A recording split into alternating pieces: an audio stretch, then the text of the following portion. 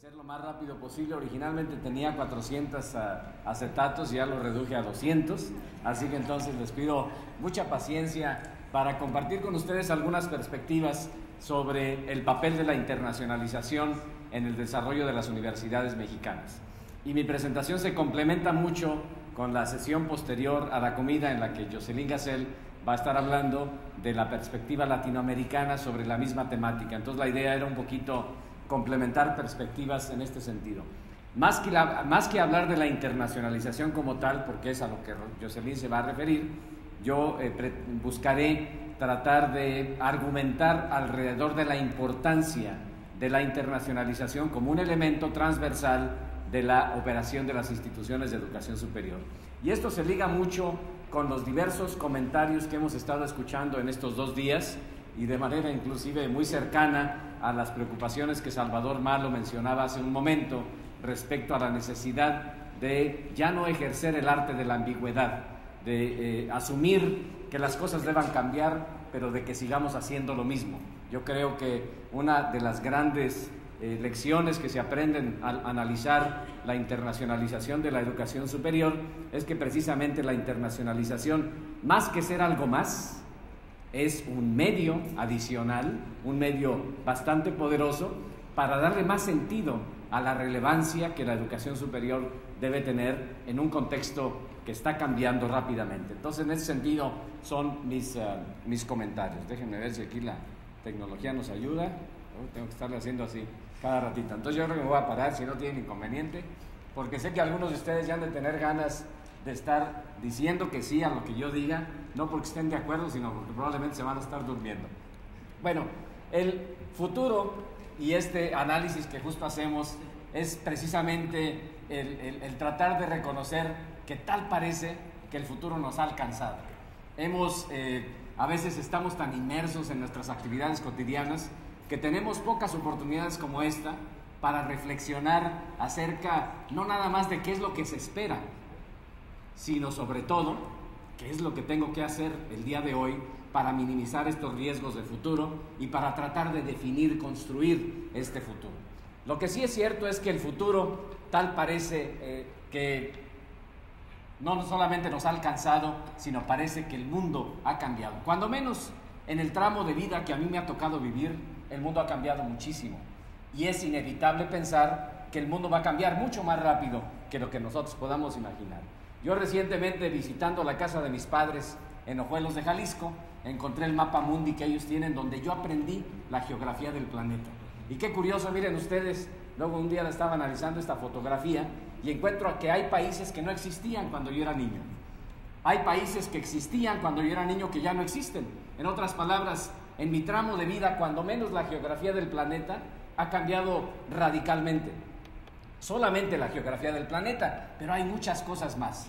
Y la educación superior ha cambiado, pero tiene que cambiar mucho más rápido. Y ahí es donde yo comparto con Salvador este sentido de urgencia que quisiera transmitir a ustedes, de que no se vale que sigamos haciendo más de lo mismo, que no se vale que sigamos con esta perspectiva inercial, que es necesario que nos atrevamos a innovar, a pensar fuera de lo convencional, a reconocer que hoy vivimos en una nueva realidad, en un mundo que está cada vez más interdependiente, en donde ya no podemos ver las cosas simplemente desde nuestra caja convencional, desde nuestra perspectiva institucional.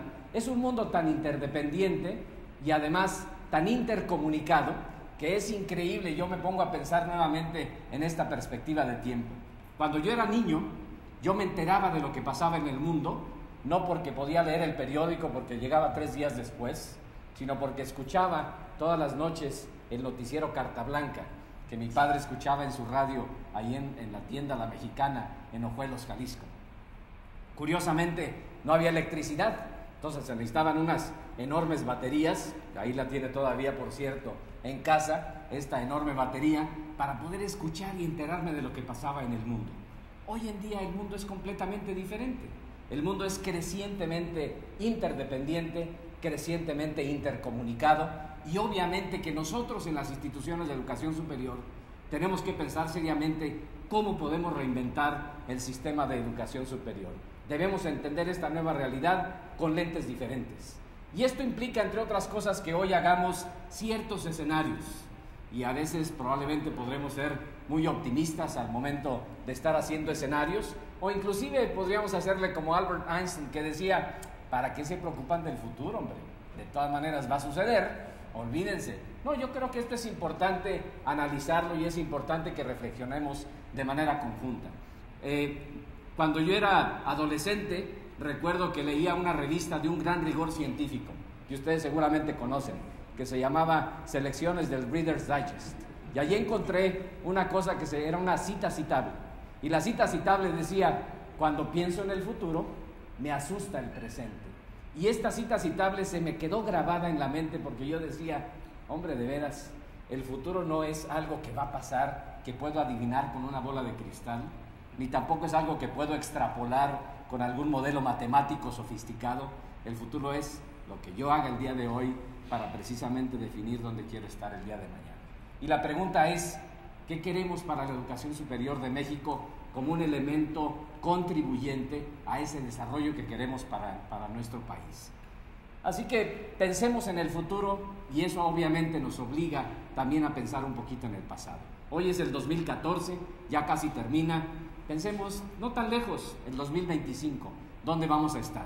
Y obviamente esto implica que también nos vayamos un poquito para atrás, donde estábamos, por ejemplo, en 1976. A ver, ¿ustedes dónde estaban en el 76? Yo tenía 15 años, ¿no? Entonces, bueno, yo era ese que está ahí en el 76, con pelo y con unos kilillos de menos, ¿no? Ahora estoy aquí en el 2014 y obviamente es muy difícil pensar cómo voy a estar en el 2025, si es que me toca estar. Pero recientemente encontré una aplicación en un iPhone que hace que ustedes puedan pensar cómo van a ser en el futuro. Entonces, pues, no es el 2025, sino el 2040, todavía más generoso, y ahí estoy yo en el 2040. Los que ya han escuchado mis presentaciones saben que cuento que hace poquito mi esposa estábamos conversando y de repente se me quedó viendo así, muy reflexiva, guarda silencio y me dice, oye, ¿te acuerdas de esa fotografía que según tú es del 2040? Digo, sí. Pues ya te pareces. Entonces, yo creo que la voy a tener que actualizar en fecha próxima. Pero bueno, esa es otra historia. Así que, al pensar en la internacionalización, tenemos que pensar fuera de lo convencional. ¿Quién nos dijo, por ejemplo, que el norte está arriba y el sur está abajo? Así lo aprendemos, ¿de acuerdo? Bueno, todo depende desde dónde lo estemos viendo, ¿no? Todo depende desde dónde queramos ver, con una perspectiva diferente, la educación superior y la internacionalización de la educación superior. Y al final de cuentas también todo es relativo. Ahí estamos el día de hoy. Ahí nos podemos encontrar. No se nos olvide que también hay que tomar en cuenta esta dimensión fuera de lo convencional. Y bueno, cuando el río suena es porque agua lleva. Y las reflexiones que los organismos internacionales han estado haciendo desde hace algún número de años, bueno, vale la pena escucharlas, no porque queramos simplemente decir que es la verdad absoluta, pero de alguna manera se construyen con base en este análisis de diversas perspectivas. Por ejemplo, la OCDE, en su análisis periódico sobre las tendencias de la educación superior, el impacto que tendrá el mundo en la educación, ellos, por ejemplo, hablan de lo que ya sabemos. Hay una nueva dinámica de la globalización. Otro elemento es que ciertamente el mundo, nuestro país, México, tiene indudablemente retos sociales que son diferentes a los que nos imaginábamos hace algunos años. Sociedades que se hacen más viejas, sociedades que tienen otro tipo de características socioeconómicas que no existían anteriormente. El mundo del empleo está cambiando y va a cambiar rápidamente. La niñez y la familia inclusive han estado transformándose radicalmente. Y obviamente la tecnología de la información y las comunicaciones están entrando precisamente en una siguiente ola de innovación que indudablemente afectará, nos guste o no, esta idea de cómo se enseña, cómo se aprende, cómo se transmite, cómo se deposita información y de qué manera las instituciones de educación superior son o no contribuyentes a esta nueva realidad. También la UNESCO, en su análisis de 10 años sobre tendencias de la educación superior, para la conferencia del 2008, fíjense qué interesante, ellos anticipaban justo cuáles serían las tendencias más significativas en la educación superior en esta decenio. Y ustedes pueden observar ahí que son muchas de las cosas que hoy estamos viendo: masificación, desigualdad en el acceso, incremento en la movilidad estudiantil, revolución en los procesos de enseñanza-aprendizaje, etcétera, etcétera. Todas ellas son de alguna manera tendencias que ciertamente se encuentran presentes hoy en el contexto mexicano.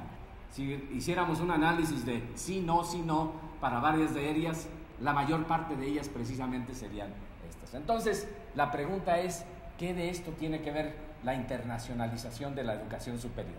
Bueno, pensemos que más o menos para el 2025 se estima que la demanda global de espacios en la educación superior en el mundo se va a duplicar, que el sector privado ciertamente va a tener un creciente papel atendiendo esta demanda, que va a haber un perfil diferente de los estudiantes y consecuentemente de la demanda de temas de aprendizaje que ellos van a tener, lo cual indudablemente va a poner en tela de juicio nuestras ofertas y modelos tradicionales de educación superior. Y ahí, como decía Salvador Malo, ¿de veras estamos dispuestos a atrevernos a pensar si nuestro modelo curricular de las instituciones de educación superior sigue siendo vigente? Pónganse a pensar simplemente un solo detalle: el número de horas POMPI que tenemos que acumular los estudiantes mexicanos para tener el título de nobleza de la licenciatura, más o menos como un 35 a un 40% más que lo que se presenta en otros países. Tenemos un modelo altamente profesionalizante, rígido, secuencial, y estos elementos, por eso a mí, cuando el señor rector de la universidad me invitó a estar en esta reflexión, lo hice gustosamente, porque al final de cuentas ustedes, como líderes institucionales, son los que tienen la responsabilidad y son los que tienen la oportunidad de tratar de mover ese barco, de tratar de atreverse a innovar. Y nuevamente insisto, uno de los elementos que ayuda a esto es la reflexión sobre la importancia de la internacionalización. Los estudiantes no tradicionales van a ser un factor dominante en la educación superior. Va a haber presiones importantes de mercado y obviamente también presiones políticas hacia las instituciones de educación superior. Es obvio que aquellas que sobrevivan, y cuando digo sobrevivan no quiere decir que todas las demás se van a acabar, aquellas que sean relevantes van a ser las instituciones que entiendan que se requiere una rápida innovación pedagógica. Y esto, al final de cuentas, plantea a ustedes, como líderes de las instituciones de educación superior, un reto importante acerca de la gestión de sus instituciones y un reto con respecto a este triángulo que es tan importante, que es el triángulo del acceso con equidad, retención y relevancia del sistema de educación superior. Y la pregunta es, ¿cuál es el papel de la internacionalización? Bueno, yo les prometí que iba a hablar de todo menos de internacionalización, porque para eso aquí está la experta Jocelyn Gacel. Así que yo simplemente les hablaré de aspectos alrededor de la internacionalización que justifican precisamente algunas de estas cosas. Por ejemplo, vean ustedes el aspecto demográfico y vean las implicaciones que tiene para México. La realidad es que somos cada vez más, ¿no? Ahí está la población del mundo en este periodo de años, del 1800 al 2050. El mundo va a crecer donde hay menos recursos. El mundo se va a hacer pequeño donde hay más recursos. Ya sucede el día de hoy. Hace poquito estaba en Italia y tomé esta fotografía que me gustó, me llamó mucho la atención, porque ustedes saben que en Italia hoy las ventas de pañales para ancianos son mayores que las ventas de pañales para niños. Y bueno, en México obviamente que pensamos todavía con la dimensión de que pues somos muchos y hay muchos jóvenes y ahorita hay que apurarnos de tantos jóvenes, y ciertamente así es, pero tenemos que pensar que esta ola demográfica que hoy tiene México es una ola que también poco a poquito se va a ir haciendo un poquito cada vez más pequeña. La población en el mundo también vive cada vez más en espacios urbanos.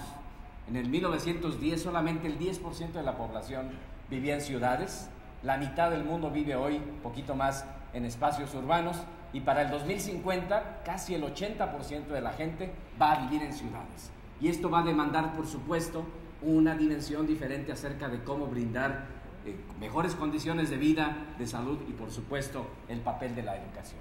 Así que yo quisiera que ustedes, como buenos educadores, me respondan. Vamos a hacer una prueba el día de hoy. Es un examen de geografía. ¿En qué parte del planeta están estos países? A ver, encuéntrenlos por favor. Bueno, ¿por qué les pregunto eso? Porque la verdad es que a veces, la mera verdad, ni siquiera sabemos muy bien dónde están, ¿verdad? Sabemos que Etiopía está ahí en África, pero no me diga exactamente dónde está, ni mucho menos qué idioma hablan, ni si son poquitos o son muchos, o si estudian mucho o poco, lo que sea. Bueno, ¿por qué pregunto esto? Porque curiosamente, fíjense, para el 2050, fuera de los usual suspects, el mundo va a crecer en esos países, van a ser los países más grandes del mundo. Y si estamos serios en la idea de formar con una perspectiva internacional a nuestros estudiantes, pues ellos tienen que entender que ese es el mundo en el que van a vivir. Ese es el mundo en donde van a tener que operar, actuar, ser exitosos, ser personas productivas y felices. Así que en México tenemos un significativo bono demográfico. Pero ese bono demográfico, como ya lo saben y ya lo han escuchado ustedes muchas veces, es el bono demográfico de un país que sigue siendo joven, pero en un mundo que se está haciendo cada vez más viejo. Y ese bono demográfico se está haciendo pequeñito. Bueno, en América del Norte ustedes ya lo saben, hay 3 países. ¿Cuál es el país más grande de América del Norte? ¿Quién dijo? Canadá, ¿verdad? Luego Estados Unidos y luego México. Cuando ustedes están en Canadá, se ponen a leer el periódico, invariablemente algún día van a encontrar a alguien que dice, Canadá es un país pequeño. Y a mí me llamaba mucho la atención la primera vez que yo le dije, pequeño, pues a ver cómo, no entendí bien la geografía del planeta, es el más grande. Bueno, ¿por qué? Porque la dimensión fundamental de tamaño de país está en función precisamente del capital humano. Vamos a verlo de manera comparativa. Vean ustedes el caso de Nunavut, que es el nuevo territorio de Canadá. Es una superficie equivalente a México. Imagínense ustedes que a todo México ustedes se lo llevan para allá. Y es una población equivalente al municipio de Ojuelos de Jalisco. Imagínense mi pueblo en lo que ahora es todo México. Ese es el tamaño de la dimensión del capital humano en una sociedad en la que ciertamente los recursos naturales son importantes, como lo aprendimos en los cursos de economía, pero en donde hoy en la sociedad del conocimiento el factor más importante es el factor humano. Pero el factor humano no sirve de gran cosa si no tiene una educación que sea pertinente para este mundo globalizado. Así que bueno, ahí están las cifras. México es un país joven, pero es un país que se está haciendo viejito. Para el 2050 el promedio de edad de la población va a ser de aproximadamente 42 años de edad. ¿Y eso qué implica? Pues que va a haber más personas que van a dejar de trabajar y va a haber menos personas que van a estar trabajando, entre otras cosas, para pagar las pensiones de aquellos que ya dejaron de trabajar. Ahí está la gráfica demográfica de América del Norte, Estados Unidos, Canadá y México. Miren ustedes qué rápidamente se está deslizando ese bono demográfico. En 1994, hace 20 años, esa era la gráfica. México era un país muy joven. Para el 2014 sigue siendo muy joven, comparado con Estados Unidos y Canadá. Para el 2034 ya los alcanzamos. Para el 2034, ¿cuántos años nos faltan para el 2034? ¿De qué manera estamos diseñando hoy una educación superior en México que no sea inercial? ¿De qué manera vamos a responder a esos retos que van a ser completamente diferentes? ¿Estamos haciendo algo o no? ¿O estamos ejerciendo el arte de la ambigüedad? Por eso a mí me gusta mucho esta expresión de cuando llevaba a mis hijos al pediatra en Tucson, donde decía, cuida bien a tus hijos, no se te olvide que van a decidir a qué asilo de ancianos vas a ir a dar. Cuidemos bien esta generación, no se les olvide que va a ser la generación que va a decidir a qué asilo de ancianos vamos a ir nosotros. Bueno, el otro elemento, y el día de hoy Zul habló con mucha precisión y maestría con respecto al tema del factor ecológico. Y no podemos dejar de lado también esto, nada que ver con la internacionalización, pero importantísimo. Tenemos que entender que hemos cansado al planeta, así como la población del mundo se ha duplicado, también el consumo de productos del mar ha crecido 4 veces, el de agua 3 veces, el de energía 4 veces. Y con enormes disparidades, mientras que en algunos países hay una abundancia y exceso en el uso de recursos, en otros sigue habiendo significativas disparidades. Y obviamente lo podemos trasladar al caso de nuestros países. En el caso mexicano también encontraremos lugares donde seguramente el consumo de agua, por ejemplo, es tal vez de 400 litros, mientras que el otro probablemente sigue siendo de 10 litros. Y luego el factor económico, bueno, ya lo sabemos, vivimos en una economía que es cada vez más global, más competitiva, que está basada en la tecnología, que está cambiando constantemente y sobre todo, nos guste o no, es una economía que cada vez más está basada en el conocimiento. Desafortunadamente, con desigualdades persistentes. Y obviamente esta fotografía se la robé a Yamil Salmi. Estamos hablando de realidades distantes en el mundo. Todo depende desde donde estemos viendo el mundo, todo depende desde donde estemos sufriendo el mundo. Y no podemos en la educación superior olvidar o poner debajo de la mesa ese tipo de realidades. Son realidades muy distintas, entre mundos muy distintos. Curiosamente, a veces no tan distantes, yo diría muy cercanas, como lo pueden ver en esta fotografía en Sao Paulo, Brasil, donde solamente una barda separa realidades tan diferentes de mundos. Y obviamente también volvemos al tema. Piensen ustedes que 3 días de salario en Noruega equivalen a 1 año de ingresos en un país como Malawi. Hay hoy en día, como ustedes lo saben, más de 1 billón de personas que viven con $1.25 al día. Y en el mundo crecientemente comunicado en el que vivimos, el problema, además de que hay pobres y ricos, es que además los pobres saben cómo viven los ricos y los ricos saben cómo viven los pobres, como dice Dominique Moissy, y esa realidad de cada uno pues no precisamente les gusta, y eso lo podemos ver en las noticias de la noche, como dice Dominique Moissy. Ese es el mundo en el que van a vivir nuestros egresados del día de mañana. Tenemos que prepararlos pues con una perspectiva de un mundo que cambió y un mundo que va a cambiar probablemente más rápido de lo que nos imaginamos. Y ya lo sabemos, uno de los grandes desafíos que tiene nuestro país es el desafío que tiene que ver con la equidad, y en donde podemos ver que todavía la brecha entre aquellos que tienen y los que no tienen es una brecha muy grande, y en donde nosotros estamos convencidos de que la mejor herramienta para resolver esto es la herramienta del trabajo nuestro, que es la educación. El gran reto no es nada más convencernos a nosotros mismos, sino convencer al resto de la sociedad acerca de la importancia que tiene que le apostemos a esto como el factor más importante de desarrollo del país. Así que yo les hablaré, para terminar, ya solamente me faltan 300 acetatos, acerca de algunos desafíos para la educación superior. Bueno, el primero, el desafío de la universidad para quién. Este importante cuestionamiento que tenemos acerca del acceso a la educación superior. Y aquí ustedes lo saben, en el caso mexicano, yo recuerdo, por ejemplo, cuando era niño, yo fui de los pocos privilegiados en mi generación, en donde de 50 compañeros de la primaria en el pueblo, solamente 3 pudimos salir, los demás se tuvieron que quedar. Y yo siempre me he cuestionado eso, es decir, ¿qué derecho tuve yo que no tuvieron ellos? Teníamos exactamente el mismo derecho, pero al final de cuentas el accidente de la geografía hizo que algunos tuviéramos la ventaja y otros no. Y eso yo cuando hablo con estudiantes, yo siempre se los digo, pónganse a pensar que el asiento que está ocupando, hay tantos que lo tendrían que ocupar también, así que usted tiene una responsabilidad por aquellos que no se pudieron sentar donde usted está. Así que el dilema del acceso a la educación superior sigue siendo para México un dilema de gran magnitud. Y las cifras ahí lo pueden demostrar. Lamentablemente me tengo que acercar por acá. Yo quería acercarme más para allá para que no se me duerman los del fondo, pero aquí la tecnología no nos ayuda. No, está bien, no te preocupes. Sabemos que más personas que nunca en el mundo están realizando estudios superiores. En algunos países el crecimiento ha sido espectacular, pero hay países que se han quedado atrás. La realidad es que seguimos siendo muy poquitos los privilegiados. Y México ha hecho un enorme esfuerzo.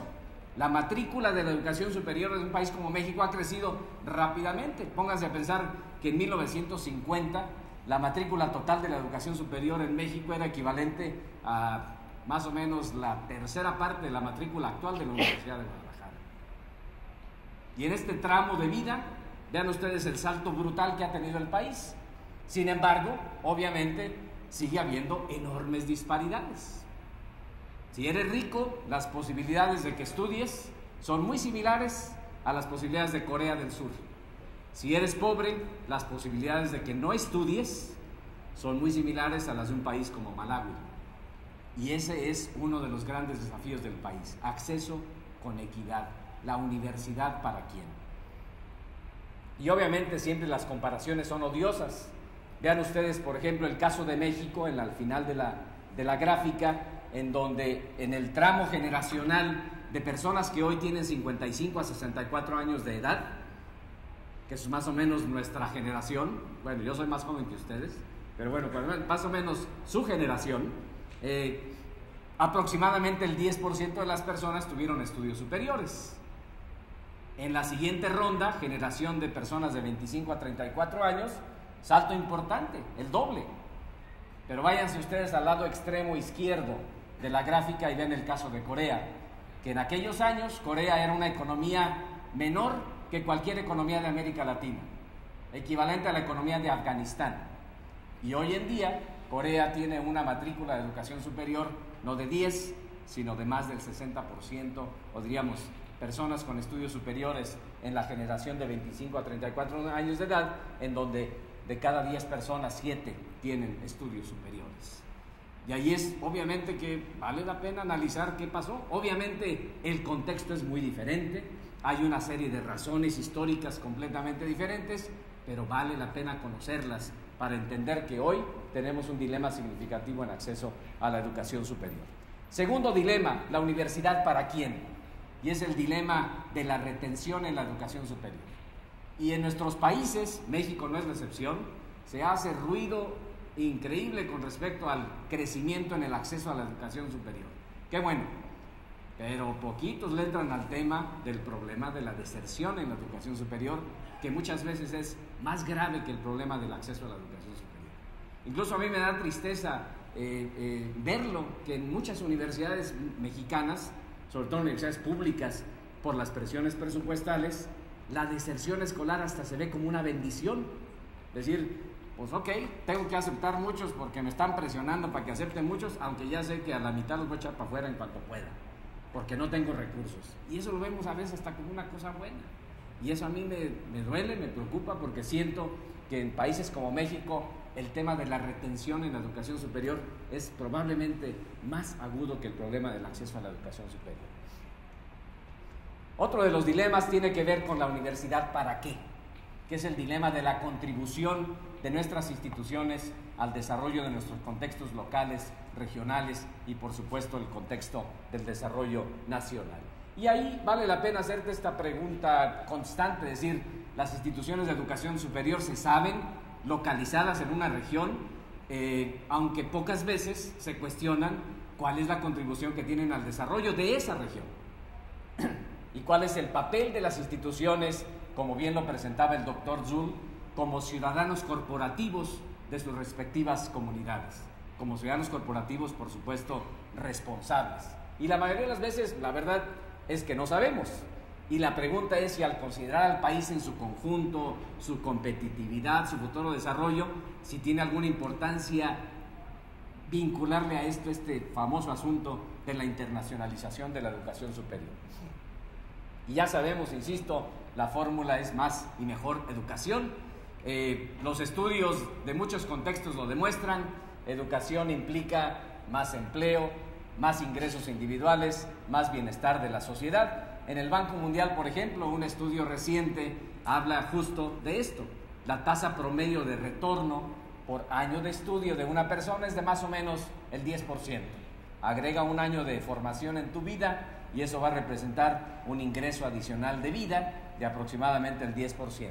Pero si vemos esta gráfica por niveles y por regiones, ahí ustedes pueden observar que la tasa de retorno en la educación superior es hoy en día la más alta en el continuo del sistema de educación en su conjunto. Y en el caso de América Latina es de aproximadamente el 17%. Pero curiosamente, además, en la medida que se ha masificado la educación superior en la región, como ustedes ya se imaginarán, las tasas de retorno en la educación superior empiezan a disminuir gradualmente. Esa es una realidad que hay que reconocer. Entre más profesionistas existan, en una economía que no crezca de la misma manera, por supuesto que también, diríamos, la distribución de lo que hay entre todos, por supuesto que se tiene que hacer ligeramente menor. Y bueno, ¿qué tipo de educación? Y ahí es donde finalmente, por fin empezamos a hablar, entre otras cosas, del tema de la internacionalización. Una es el asunto del dilema de la calidad y la pertinencia de la educación superior. Y bueno, seamos muy honestos. En el caso de México, y yo se los digo como mexicano, todo esto se lo estoy diciendo como mexicano más que como que alguien que vino del Banco Mundial a decirnos qué hay que hacer. Eso debía haberlo precisado desde un principio.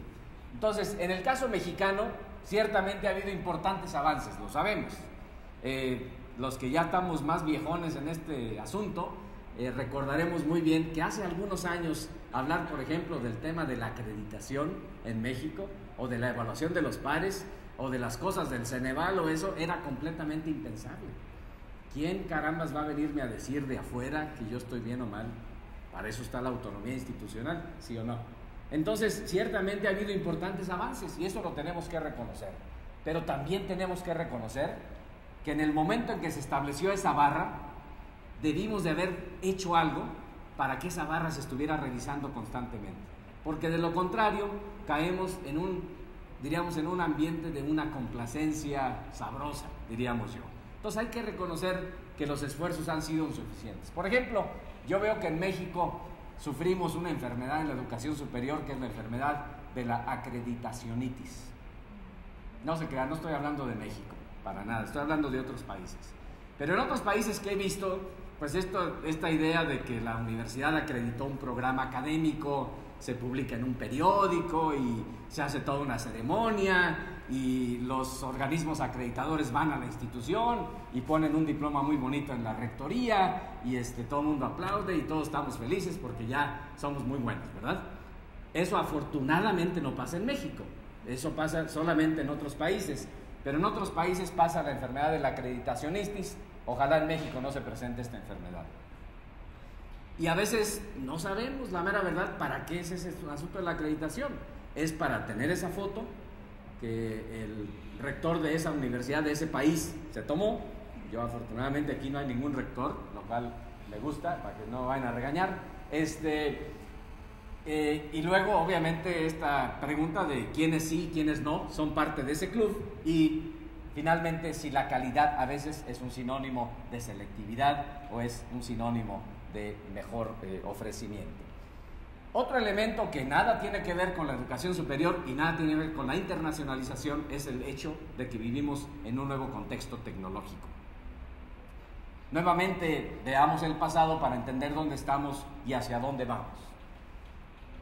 Se tardaron 74 años para que 50 millones de hogares en el mundo tuvieran un teléfono y solamente 4 para que tuvieran acceso al internet. Por ejemplo, en mi pueblo, cuando yo era niño, había 42 teléfonos nada más. El de la casa era el teléfono 41. Y yo cuando hablo con los estudiantes y les pregunto, ¿y cómo creen que eran los teléfonos entonces? ¿Cómo se marcaban los teléfonos? Los estudiantes siempre me dicen, le daba vueltecita a un disquito. Digo, no, le dábamos cuerda al teléfono para que alguien nos contestara. Y en mi pueblo, por cierto, la que contestaba el teléfono era mi tía Consuelo.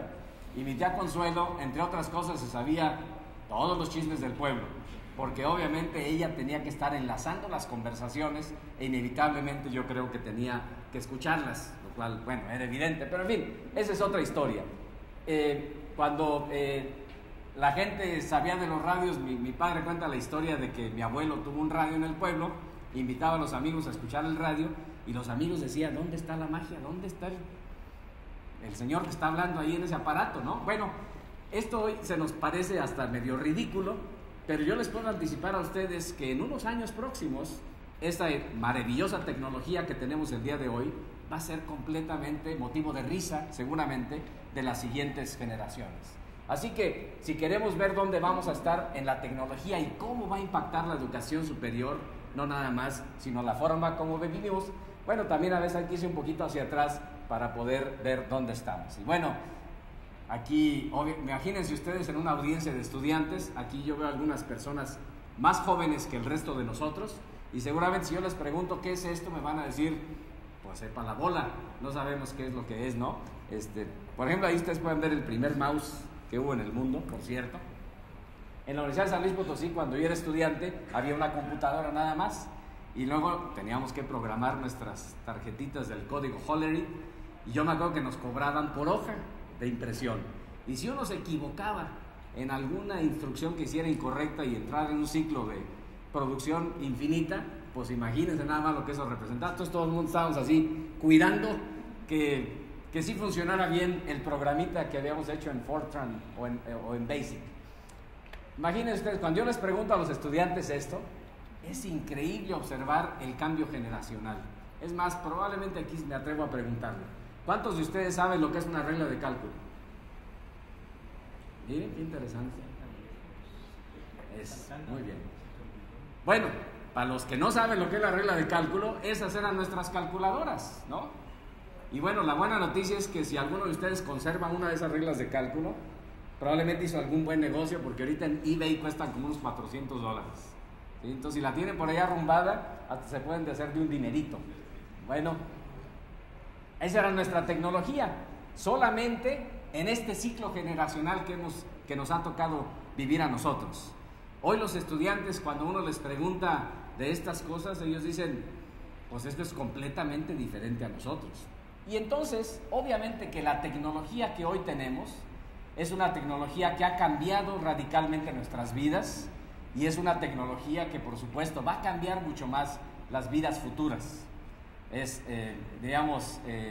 Incluso hoy la manera como nos comunicamos, como se comunican las generaciones actuales, es una manera completamente diferente.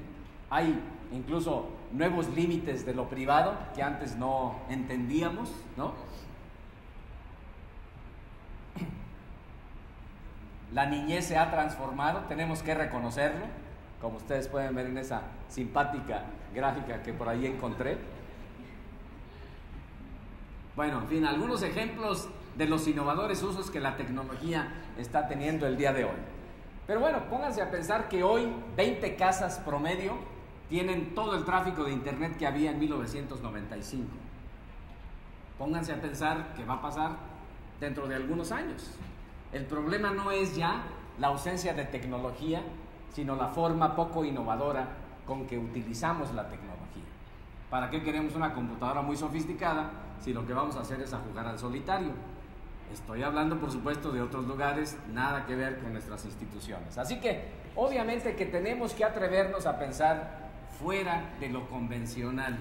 La tecnología va a cambiar mucho la manera como vivimos y va a cambiar mucho la manera como los estudiantes entienden el mundo. Y esto que se ve ahí medio de risa, pues pudiera ser que no tendría no estaría muy fuera de la realidad. ¿Por qué? Porque la generación que inicia sus estudios universitarios el año próximo, todos van a ser nativos digitales. Nosotros hemos sido migrantes muy marginalizados, pero el año próximo absolutamente todos los estudiantes van a ser estudiantes nativos digitales. Y ellos obviamente que ven el mundo de una manera diferente. Por primera vez se rompe este esquema tradicional de que el profesor es el que sabe y los alumnos no. De que el profesor es el experto y los estudiantes son los ignorantes. Por primera vez empezamos a ver que esto, por supuesto, que se empieza a cambiar. Los usuarios de Internet en México, por ejemplo, ustedes lo saben, es básicamente la población joven. Y es impresionante. Yo hace días el rector de la Universidad de San Luis Potosí me invitó a dar una conferencia con estudiantes y yo recuerdo que les hice la pregunta: ¿cuántos de ustedes se enteran de las noticias por el periódico? Y de un auditorio de aproximadamente 300 estudiantes, solamente 3 o 4 levantaron la mano. ¿Cuántos de ustedes se enteran de las noticias por el Facebook? Prácticamente todos levantaron la mano. Entonces, obviamente que es otra manera de ver el mundo. Y esto que pasa en mi casa, donde mis hijos saben más internet que yo, pasa en el salón de clases. Y obviamente, como dicen varios estudios, los estudiantes con justa razón dicen que nosotros como educadores no hemos sabido utilizar las herramientas de la tecnología para poderlos educar mejor, para poderles dar una educación que sea más interesante. Y obviamente que también tiene severas disfuncionalidades esto, ¿no?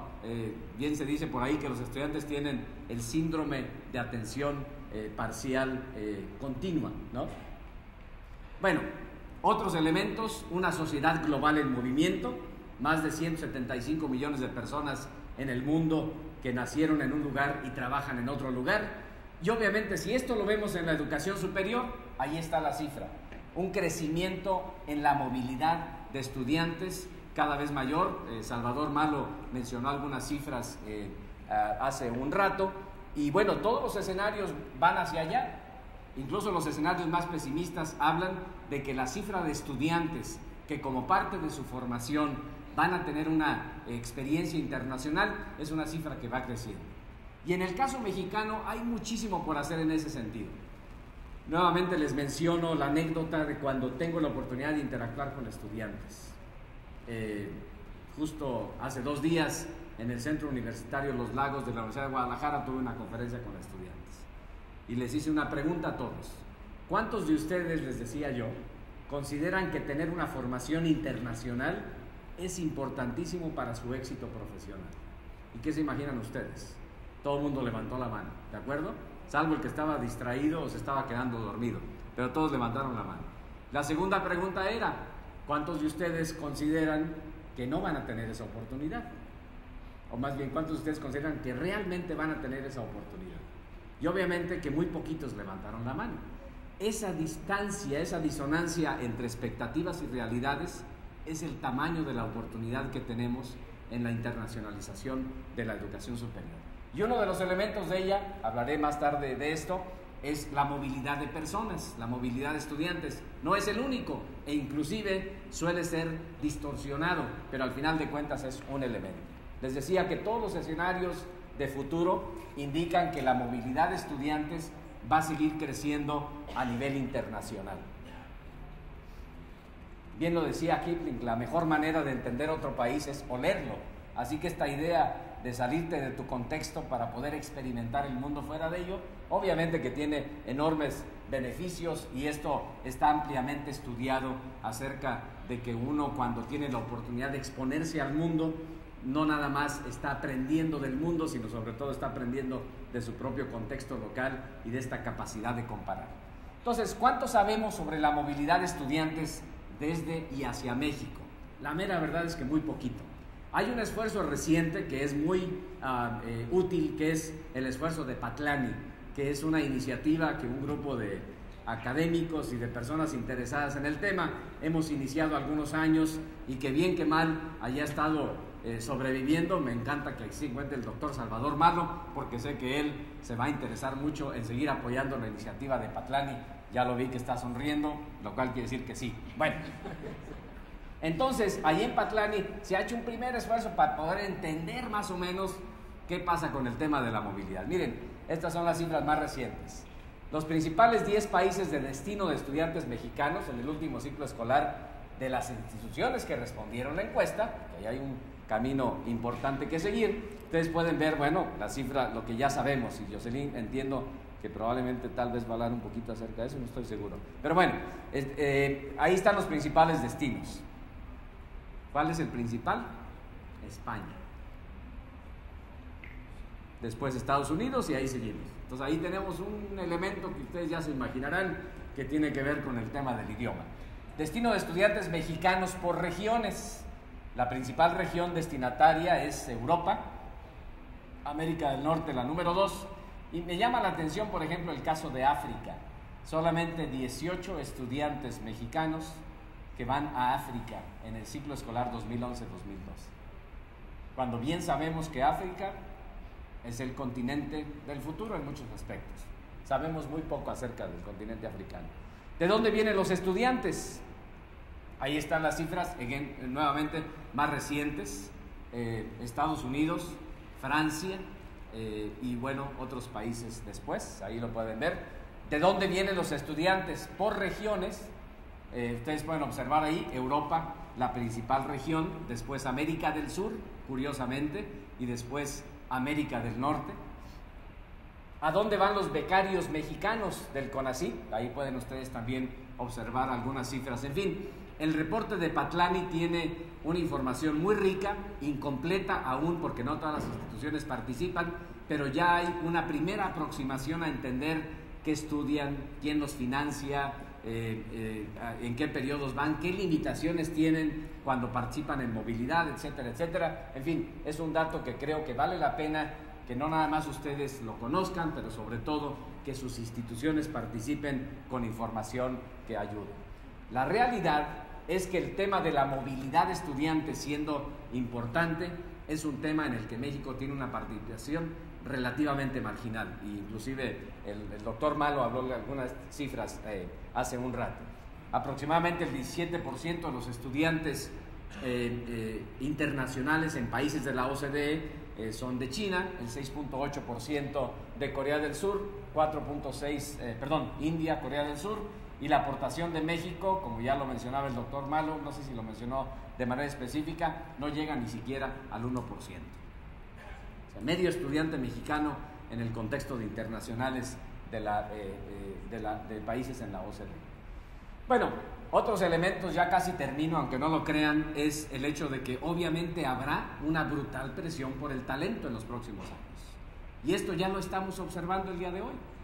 Vemos el caso de países que han establecido políticas migratorias altamente agresivas hacia la atracción del talento, hacia tratar de que el estudiante llega o el profesionista llega y se quede y lo hagamos residente y ciudadano y todo lo que ustedes gusten lo más pronto posible. Así que obviamente esta es una realidad que habrá que reconocer, y esto implica que la competencia por el talento no nada más estará en el extranjero, sino también en casa, en esta economía crecientemente interconectada y crecientemente globalizada. Bueno, otro elemento que tiene que ver con la internacionalización es el asunto de los idiomas. Y bueno, ahí, ya saben ustedes, hay cifras medio chistosas. En China hay más personas que hablan inglés que en todo Estados Unidos. El segundo país de habla hispana más grande del mundo, después de México, donde más gente habla español, es los Estados Unidos, después España y después Colombia. En fin, hay datos que nos llaman la atención acerca de la importancia de los idiomas y la diversificación en los idiomas. Y México tiene una enorme tarea por recorrer todavía, porque el índice de capacidad de dominio de un segundo idioma, particularmente en el caso de inglés, ahí aparece rankeado más o menos en el 18 de 50 países que la organización EF English analiza. Y este es un problema de la funcionalidad del sistema de educación en su conjunto. Yo siempre bromeo diciendo que en México en la primaria aprendemos pollito, chicken, gallina, gen, y luego en la secundaria gallina, gen, chicken, pollito, y luego en la preparatoria pollito, chicken, gallina, gen, y en la universidad seguimos con el pollito, chicken, gallina, gen. Y no logramos resolver este problema, entre otras cosas, porque no atendemos el problema desde una perspectiva integral.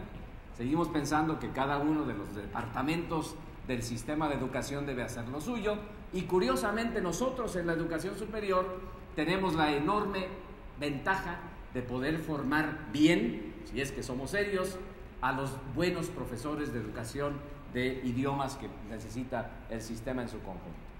El mundo también es cada vez más diverso, y por eso es importante la internacionalización, porque hay un creciente reconocimiento de la diversidad en el mundo.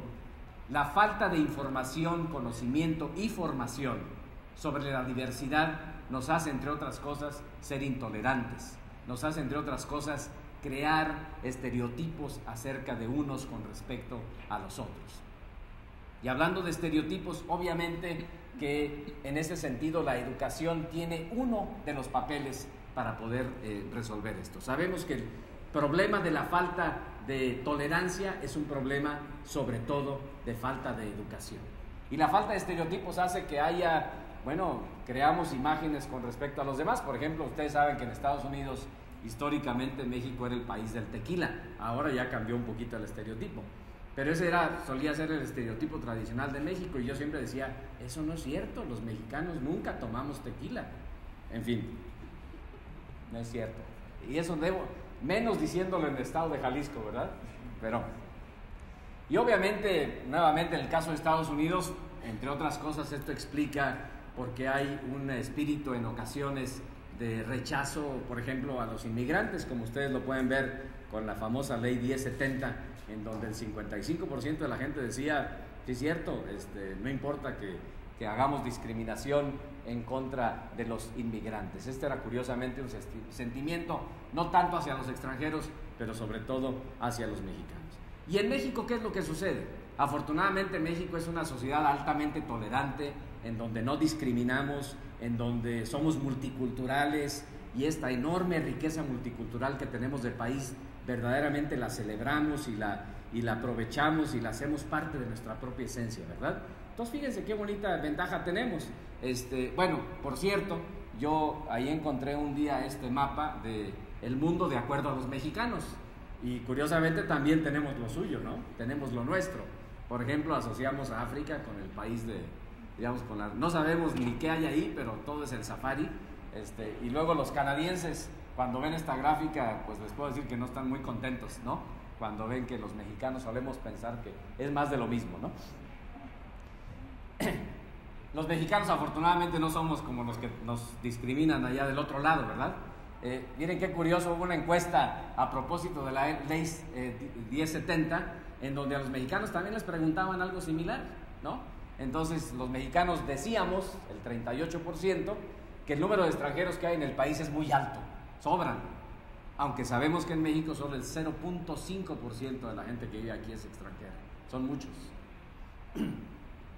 También el 66% de los mexicanos decíamos que los extranjeros no tienen ningún derecho a criticar lo que pasa aquí. Qué curioso, ¿verdad? Coincidencias de la vida nada más. La primera encuesta nacional contra la discriminación en México, pues nos daba datos que la verdad a mí me ponían a preocuparme seriamente. Le preguntaban a los mexicanos si no permitirían que viviera en su casa, por ejemplo, un extranjero, un homosexual, una persona de otra raza o un indígena. Y una alta proporción de mexicanos decía no. Y yo estoy seguro que si les pregunto a ustedes si ustedes discriminan, ustedes me dirían que no. ¿Sí? Los mexicanos consideramos no discriminar. Pero si le preguntan a las personas discriminadas, 9 de cada 10 indígenas se sienten discriminados.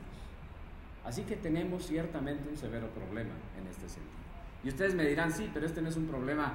Ahora resulta que a la educación superior, aparte de todas las cosas que dicen que hay que hacer, ahora hay que agregarle todo este rollo de la discriminación y la tolerancia y la multiculturalidad y todas estas vainas que se le ocurren a Francisco Marmolejo.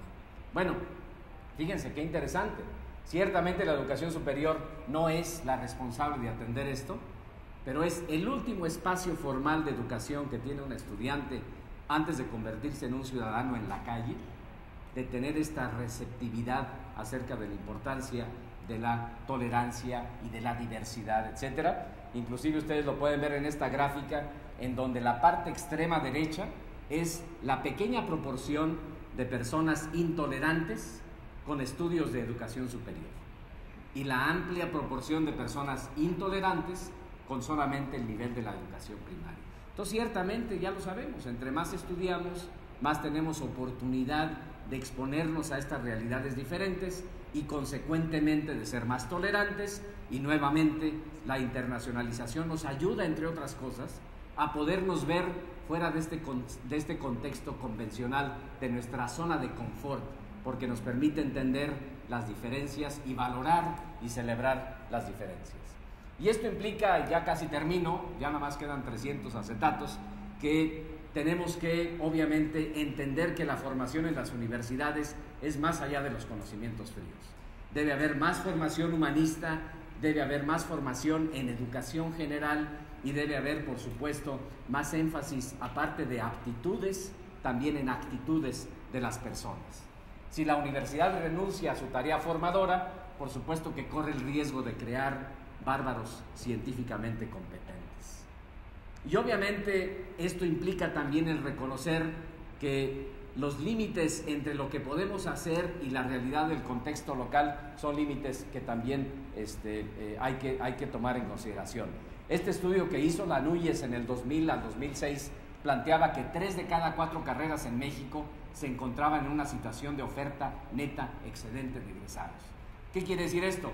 ¿Ahora resulta que hay que cerrar las universidades? No, lo que tenemos que hacer es formar a los estudiantes con una perspectiva diferente, hacerlos que permitan que precisamente tengan esta perspectiva diferente. Yo creo que el profesional exitoso del futuro es aquel no que sepa muchas cosas necesariamente, no es aquel que necesariamente se convierta en un especialista, sino aquel que tenga capacidad de adaptarse, de ajustarse creativamente a condiciones del contexto que nadie le puede anticipar cómo va a ser.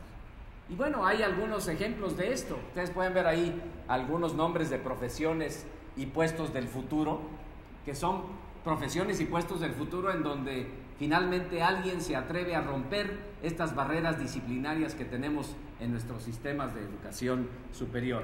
Me llama mucho la atención, por ejemplo, esta del etnoepidemiólogo musicólogo. Yo dije, ¿what? Seguramente ahí fumaron alguna cosa diferente, pero no. Vean ustedes profesiones como la de morosólogo, por ejemplo. ¿Qué tiene que ver? Es un especialista en andar cobrando deudas. O ingeniería del ocio y de la recreación, etcétera, etcétera. Bueno, simplemente estoy presentándolo como caso del hecho de que no son profesiones del futuro, todas son profesiones del presente.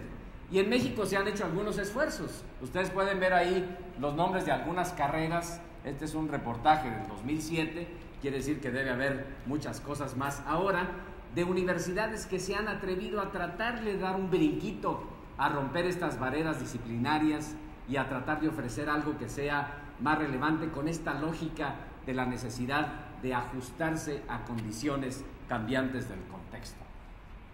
Un estudio reciente de la OCDE planteaba que 8 de cada 10 empleos en países desarrollados van a ser para trabajadores del conocimiento, para personas con estudios de educación superior, y que el 65% de las profesiones del futuro, la verdad es que aún no se han inventado.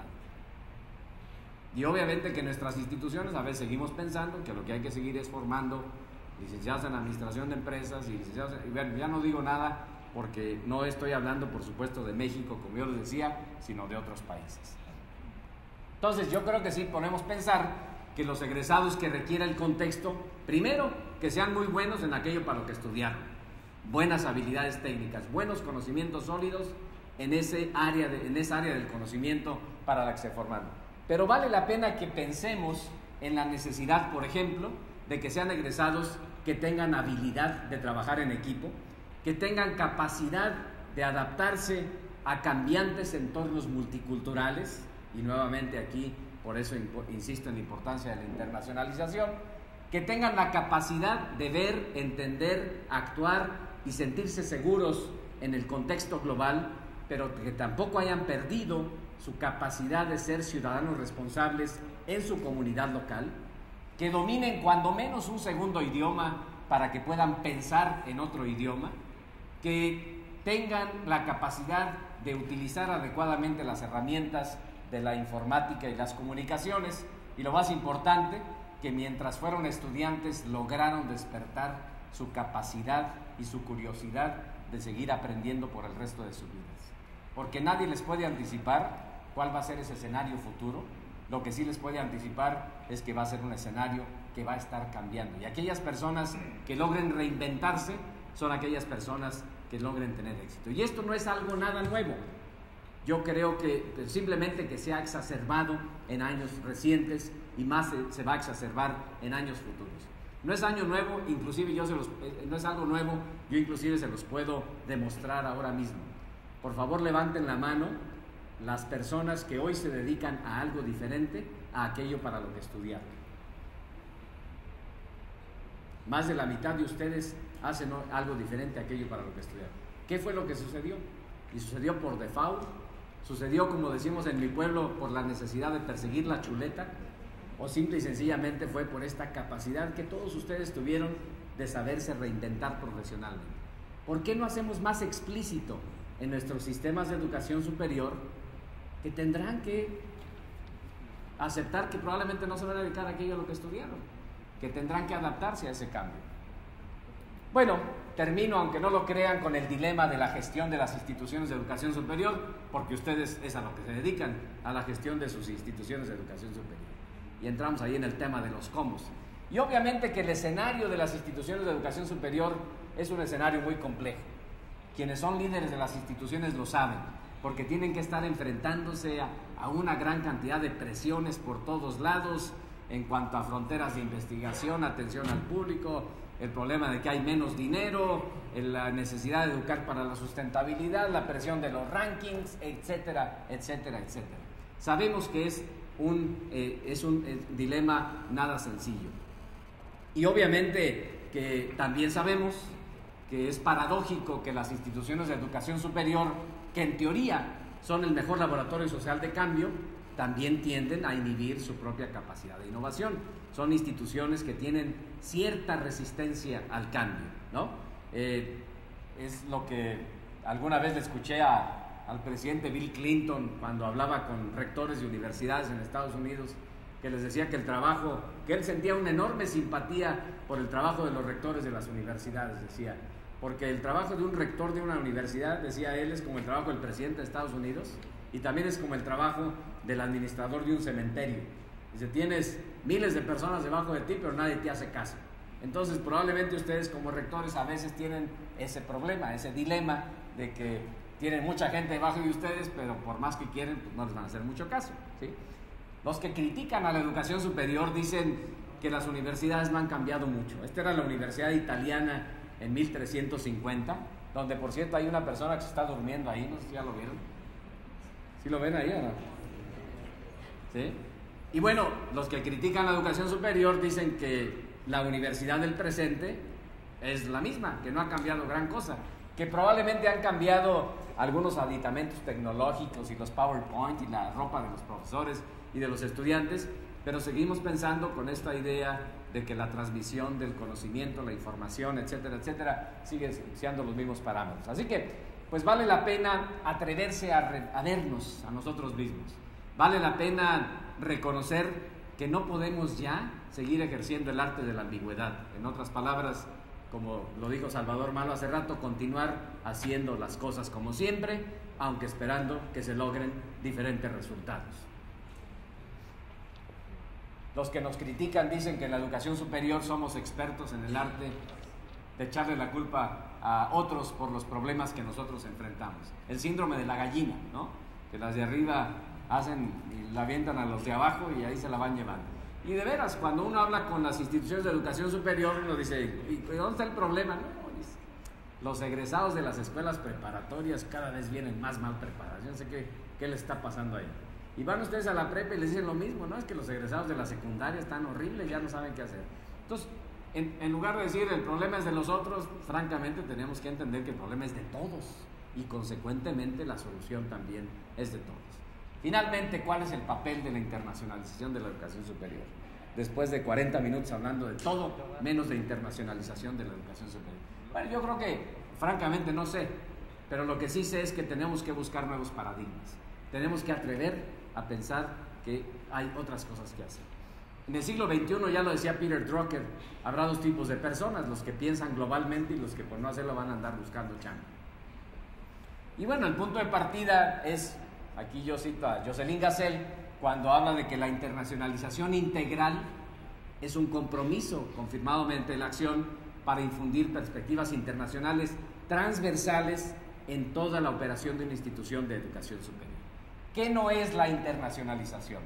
La internacionalización de la educación superior no es la firma de convenios. Es más, yo soy muy crítico, Jocelyn no lo es, pero yo sí. Yo soy muy crítico del tema de la firma de los convenios, incluso hasta bromeo diciendo que el grado de internacionalización de una universidad es inversamente proporcional al número de convenios que tiene firmados. Así que ni me digan cuántos convenios tienen firmados porque ya empezamos mal por ahí, ¿no? Tampoco la internacionalización es la movilidad de los estudiantes. Tampoco es una página web en inglés, grados académicos conjuntos, acreditaciones internacionales, rankings, cursos en otro idioma, MOOCs. Nada de eso es la internacionalización de la educación superior. Entonces van a decir, entonces, ¿qué es la internacionalización? ¿Qué sí es la internacionalización de la educación superior? Todas esas cosas y otras más, pero vistas en un contexto de la estrategia y de la contribución que puede hacer hacia la mejor función de la institución de educación superior. En otras palabras, la internacionalización no es la meta, la internacionalización es el medio, la herramienta para ayudar a que lo que la institución se supone que debe hacer, lo haga de una manera más relevante para ese contexto que ya cambió. El American Council of Education hace algunos años escribió un textito sobre las 10 reglas para la internacionalización. Yo les comparto algunas de ellas. Una de ellas, requerimiento universal de segundo idioma. Ustedes van a decir, pues sí, no se puede, sí se puede, ya lo hacemos, no lo hacemos. En fin, simplemente estoy diciendo lo que estos colegas nos recomendan. Estímulo al entendimiento de cuando menos otra cultura. Incremento del entendimiento de sistemas globales, no nada más en la carrera de relaciones internacionales, sino en todos los programas académicos. Revisión del currículum para que refleje la necesidad del entendimiento internacional. Expansión de programas de estudio en el extranjero, ciertamente, y de oportunidades de intercambio para los estudiantes. No hay duda de que la movilidad es importante, pero no lo es todo. Énfasis en el desarrollo de profesores y en estímulos para que los profesores puedan desarrollar estas capacidades internacionales, porque al final de cuentas la internacionalización comienza con ellos. Sin ellos no se puede lograr. El examen de las necesidades organizacionales de la educación internacional, creación y participación en consorcios para la suma de voluntades, cooperación con instituciones de otros países, trabajo en escuelas y comunidades locales en los niveles previos de la educación. En fin, son solo algunas de los elementos muy precisos que la experiencia en la observación de otras instituciones muestra acerca de cómo instrumentar la internacionalización. Si nada más le damos el énfasis a los convenios o nada más le damos el énfasis al asunto de la movilidad de los estudiantes, pues ya sabemos que vamos a estar haciendo un flaco favor a la mayor parte de los estudiantes. Hoy en México, el porcentaje de estudiantes que participan en programas de movilidad debe andar seguramente entre el 1 y el 2% y probablemente hasta menos. ¿Y esto qué quiere decir? En pocas y resumidas cuentas, que si tenemos 100 estudiantes en nuestra universidad, estamos beneficiando a uno nada más. Y los 99 se quedaron, como dicen en mi pueblo, chiflando en la loma. Y tenemos una enorme y una poderosa herramienta para la internacionalización que sí afecta a todos y que se llama currículum. Y el currículum sí lo podemos alterar para darle una dimensión internacional que permita que todos reciban esta perspectiva en la medida en que esto sea relevante. Entonces, la internacionalización, obviamente tenemos que buscarla no desde una perspectiva convencional. Históricamente se ve la internacionalización de esta manera. Es una buena idea, sí, estoy de acuerdo, eso nadie lo va a negar, todo el mundo dice.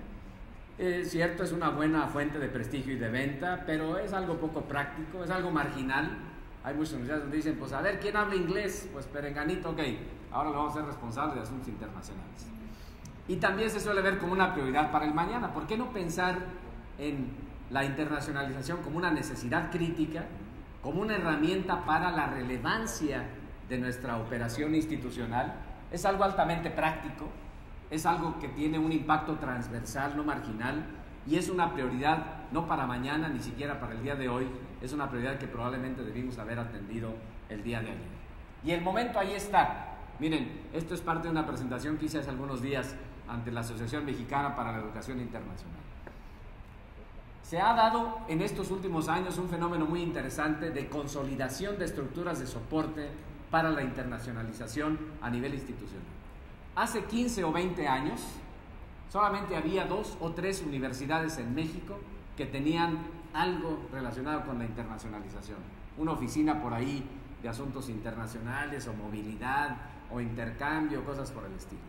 Hoy prácticamente en todas las instituciones existe algo que tiene que ver con la internacionalización. Eso es un gran avance. Ha habido una consolidación en sus estructuras de soporte. Y luego de repente también parece como que los planetas se han alineado. Yo recuerdo siendo director de CONAGEC por tantos años, y Salvador lo sabe muy bien porque fue mi jefe como presidente del Consejo Directivo, nuestro sueño acariciado en el Consejo de Educación Superior de América del Norte era que hubiese un modelo serio con participación de gobiernos, entre otras cosas, para el tema de movilidad de estudiantes.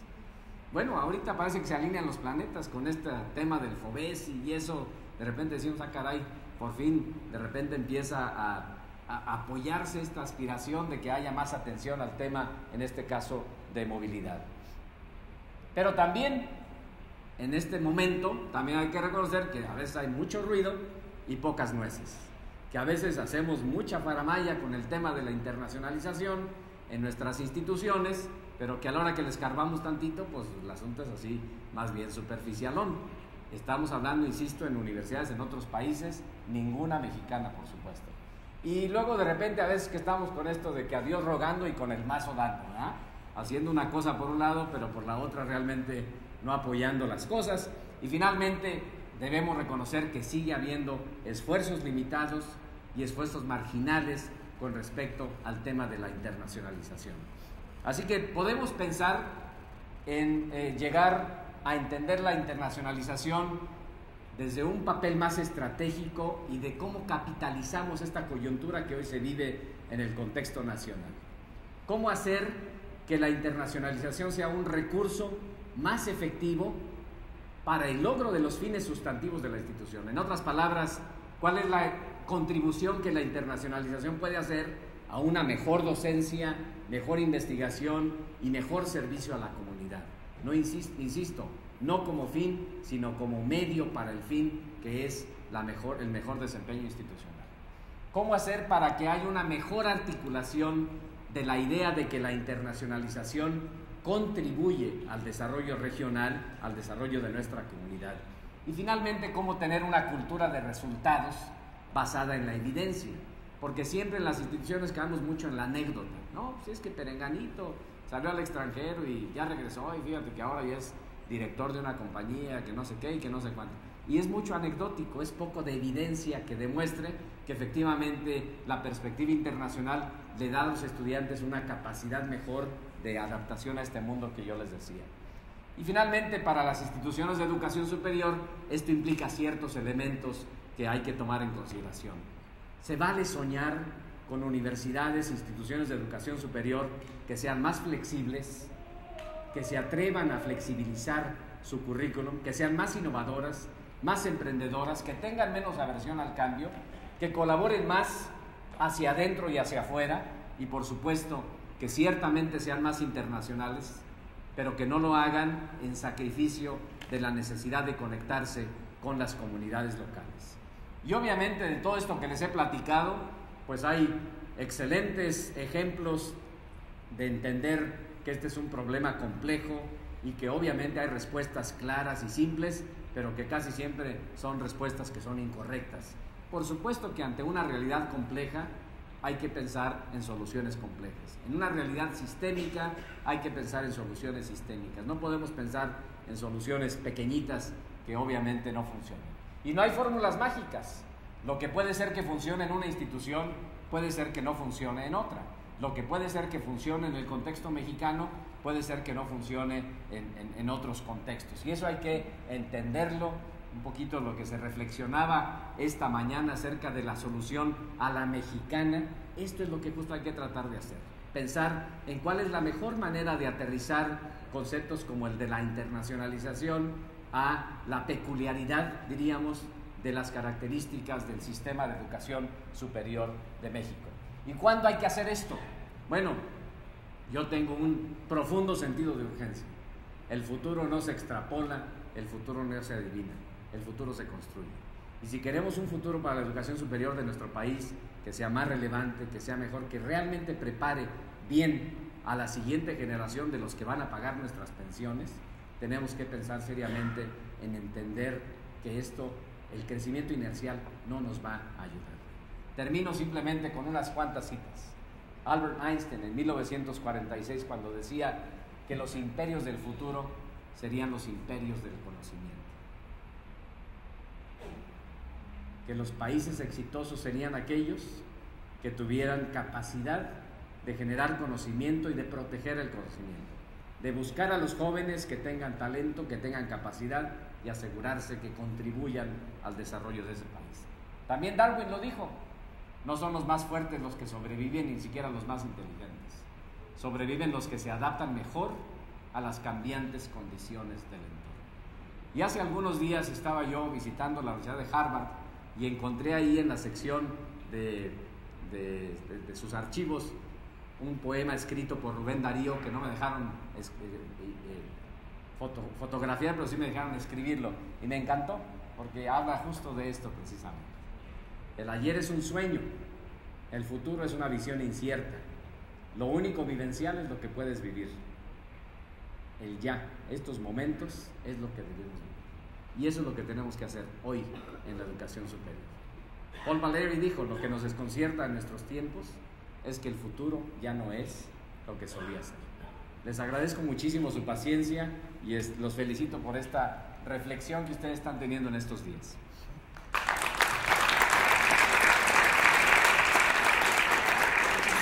Muchísimas gracias, doctor Francisco. Siempre es un placer escucharle. Muchas preguntas, creo, y poco tiempo. Poco tiempo y muchas más dudas, ¿no? Tenemos tiempo para 2 preguntas nada más. Desafortunadamente el tiempo se nos está viniendo encima y creo que todos deben de tener mucha hambre.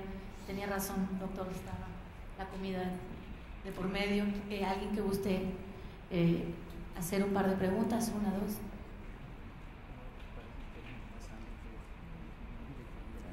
Doctora Yolanda.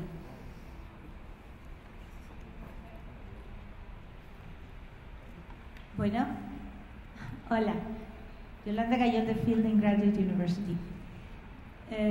Doctor Marmolejo, muchas gracias por esta presentación tan interesante, pero quería hacer una pregunta en relación con ese futuro, porque algunos autores dicen que actualmente las instituciones ya no son eficientes si no trabajan en red, y en esta reunión creo que en algunas ocasiones se ha beneficiado la singularidad o se aprecia la singularidad institucional o la singularidad del país. ¿Qué opinión tiene usted de esa idea de que podemos ser más exitosos cuando trabajamos en red, que tenga unos intereses semejantes a las instituciones individuales? Pues, Yolanda, muchas gracias. Como dicen en mi pueblo, me diste en mi pata de palo, porque pues los últimos 18 años a lo que me dediqué fue a eso. Entonces soy un firme creyente acerca de la importancia de la colaboración, y la colaboración justo eso es lo que dice. O sea, no es cooperación. Cooperar quiere decir cooperar. Es seguir haciendo lo mismo, pero 2 personas. Colaborar quiere decir hacer algo nuevo entre todos. Esa es la enorme diferencia entre estos conceptos de cooperación y colaboración para mí. Entonces, por supuesto que eso es fundamental, y más en este contexto de limitados recursos y de enormes posibilidades de lo que cada quien puede atraer.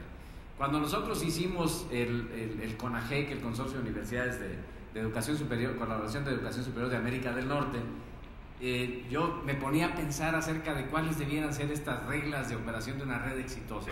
Y yo siempre me acordaba, por supuesto, de mi pueblo. Pues esto es algo que todos lo traemos y siempre tenemos que hacer referentes al lugar del que venimos para poder entender dónde estamos y para dónde vamos. Entonces yo decía, bueno, yo creo que una red exitosa es aquella en donde, entre otras cosas, por ejemplo, logremos hacer que se consiga esto de que, esta frase del pueblo que dice que nunca falta un roto para un descosido. Entonces, si tenemos un mecanismo que permita que sepamos lo que a uno le interesa y al otro no, y que encontremos estos puntos de convergencia, este era un elemento que nos parecía fundamental. Y el segundo, que a mí me parecía que era también muy importante, es el reconocimiento de la pluralidad, en el entendido de que no hay mejor ni peor, simplemente hay diferente, y que entonces esta diferencia es la que hay que celebrar sin pretender imponer criterios de que lo que yo hago es mejor que lo tuyo y que si tú quieres colaborar conmigo te tienes que subir a mi nivel, si no, no te voy a hacer caso, ¿no? Entonces, estos elementos, diríamos, nunca falta un roto para un descosido, no hay mejor ni peor, sino solamente diferente. Y tercero, la construcción de la red sobre la base del entendimiento de las diferencias, pero sobre el reconocimiento de las concordancias, es lo que permite que una red sea muy exitosa. Y el último tiene que ver con el hecho de que, nuevamente, en la experiencia pasada manejando las cosas de CONAGEC, que me parecía fundamental, es la red no es la oficina central, el secretariado de la misma.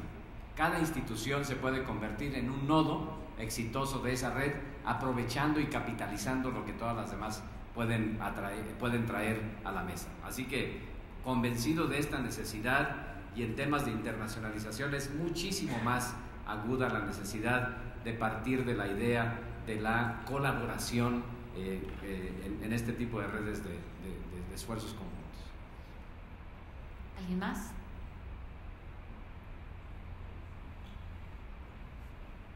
Yo supongo que la otra pregunta que tienen acerca de qué va a ser el menú de la comida, ¿no?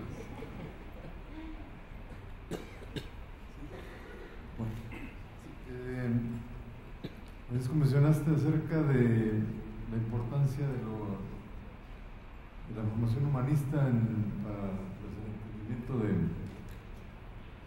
pues en el caso de la internacionalización, que se adapte a entornos cambiantes de otras culturas, etc. A veces lo declaramos en las universidades que vamos a tener valores o formaciones humanistas, pero a veces se encargan a los mismos maestros y no estamos a veces preparados para dar esa formación a los estudiantes, ¿no? Entonces a veces a lo mejor resulta contraproducente. O sea, ¿qué opinas de que debería haber especialistas o deberíamos tener algo en las universidades en ese sentido? Yo soy un convencido de que todas las instituciones de educación superior, independientemente de su grado de especialización, deben incorporar estos elementos en la formación de las personas. O sea, nuevamente, vale la pena que algún día, a mí me encantaría que algún día se generara una reflexión aquí en México, convocada tal vez por el gobierno, la NUYES, las propias instituciones, atreverse en serio a cuestionar el currículum. Yo sigo pensando que ahí hay un margen impresionante. O sea, nuestro esquema altamente profesionalizante de nuestro sistema de educación superior ya no da para más. Y se los digo porque yo sé que ustedes lo sufren. Cada vez que hay revisiones de planes y programas de estudio, cuando se atreven a hacerlo en esa institución, ¿a qué es a lo que nos lleva? A más. Y siempre decimos, no, pues ahora resulta que, ya dijo Marmolejo, que la tolerancia, pues sóplale, agrégale 3 cursos más de tolerancia, ¿no? Oye, pero vamos a tener que quitar el curso X, oye, no, pues ¿cómo lo vas a quitar? Pues si ahí está el profesor Perengano, lo vas a, le vas a quitar el trabajo, cosas por el estilo. Entonces, el excesivo profesionalismo en la formación de un mundo que ya no es así, a mi juicio es un elemento verdaderamente disfuncional de nuestro sistema, y eso impide, entre otras cosas, brindarles a los estudiantes formación como personas, que es parte de todo este elemento de formación para la vida y que permita que las herramientas técnicas que adquieran sean muchísimo más relevantes en ese contexto. Pero en fin, yo sé que es muy fácil decirlo, al final de cuentas es el reto de ustedes en las instituciones, pero ojalá algún día hubiese un esfuerzo así de decir, ok, vamos a atrevernos a pensarle en serio a este asunto y atrevernos a innovar, atrevernos a cambiar. Muchas gracias, doctor. Creo que ha sido una muy interesante mañana y un cierre, una conferencia de una excelente calidad. Dejarnos como ahí el punto de reflexión de la internacionalización no es propiamente ya el fin, ¿no? sino el medio para llegar a las metas que queremos, y una responsabilidad conjunta sobre todo, ¿no? de todas las oficinas, de todas las instituciones. No me queda sino que, bueno, desearles a todos un buen provecho, agradecerles nuevamente, doctor, y podemos pasar y reanudar. ¿A qué hora, doctor Iván? A las 5 de la tarde. Comemos igual que ayer aquí en la Plaza Bicentenario y reanudamos a las 5 con la doctora Jocelyn Gacel. ¿Va a haber tequila, Iván, o no? Solamente para usted. No, no es cierto. Va a haber mezcal, doctor.